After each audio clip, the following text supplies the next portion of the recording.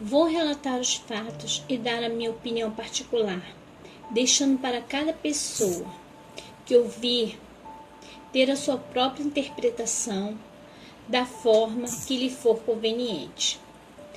Tudo aconteceu no ano de 1968.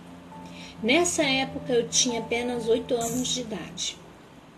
Na época, meu pai possuía uma chácara em Amador Bueno, distante aproximadamente 45 quilômetros do centro de São Paulo em direção a São Roque. Naquela época, a região toda não possuía muitas casas, predominando a mata, muito verde, árvores diversas e vegetação típica da região, pois ainda não havia iniciado o desmatamento que existe atualmente.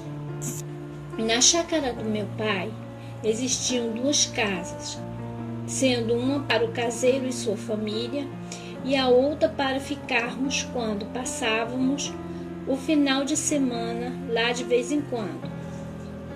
Ao redor existiam apenas chácaras e bem próximo existia um curral, onde eram deixados alguns cavalos. Em um determinado fim de semana, fomos para lá. Eu, meu pai, minha mãe, minha avó, mãe de minha mãe, minha tia, irmã de minha mãe e seu filho, que logicamente era meu primo, que se chamava Vanderlei. Eu e Vanderlei sempre gostamos de histórias de fantasmas e do sobrenatural em geral, estando sempre por dentro das lendas e características dos personagens, como vampiros, lobisomens, etc. Nós brincávamos muito sobre isso, sempre que um ia dormir na casa do outro. Era muito divertido na época. Naquele final de semana, especificamente no sábado, passamos o dia inteiro brincando na chácara e mais tarde ficamos conversando na sala que ficava na parte frontal da casa. As outras pessoas estavam na cozinha, que ficava no final de um corredor do outro lado da casa. Era mais ou menos umas 22 horas quando começamos a ouvir um assobio. E quando chegou a noite, fomos tomar banho, jantar vindo do lado de fora da casa. Um pouco distante, ficamos prestando atenção e acompanhando aquele assobio, quando de repente o assobio foi chegando mais perto, cada vez mais perto da casa. Então nós comentamos um com o outro, em tom de gozação, se poderia ser um saci, coisa que não acreditávamos muito que existisse, pois parecia fantástico demais essa lenda. Então, em um determinado momento, o assovio chegou tão perto que parecia vir do outro lado da porta, de fora da sala, bem na varanda.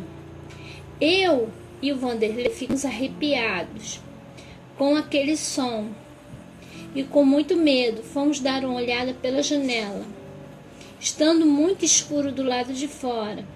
Por este motivo, não conseguimos ver nada. Em seguida, o assovio foi se afastando, enquanto os cavalos que estavam no curral ficaram agitados, relinchando e correndo como loucos.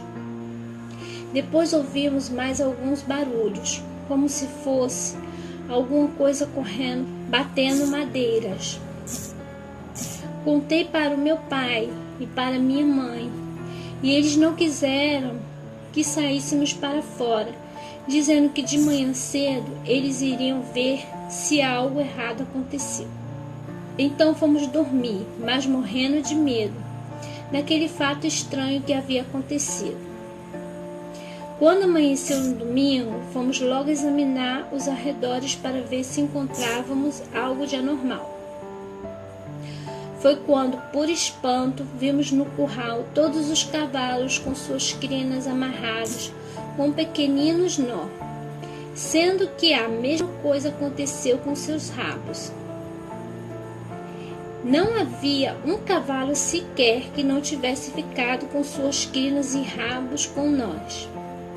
Bem, diz a lenda do Saci que ele gosta muito de brincar com cavalos e quando ele aparece, monta no cavalo e dá nó em suas crinas e rabo. Então, eu pergunto para quem é cético e não acredita em nada, se não foi o Saci, por incrível que pareça, então o que foi aquilo? E quem ou o que teria amarrado todos os rabos e crinas dos cavalos que estavam naquele curral, sendo aproximadamente 8 cavalos com pequeninos nós minúsculos mesmos?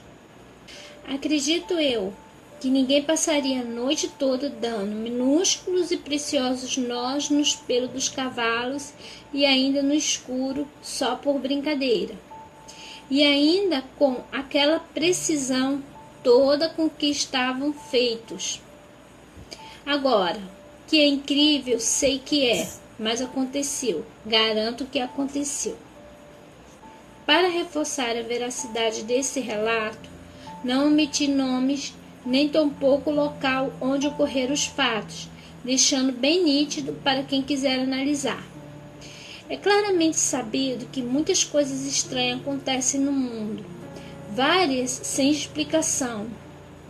Por isso que uma das frases mais verdadeiras que vi até hoje é que a verdade está lá fora, basta ter coragem de sair e vê-la. E para mim e para meu primo, foi o que aconteceu realmente. Foi o Saci.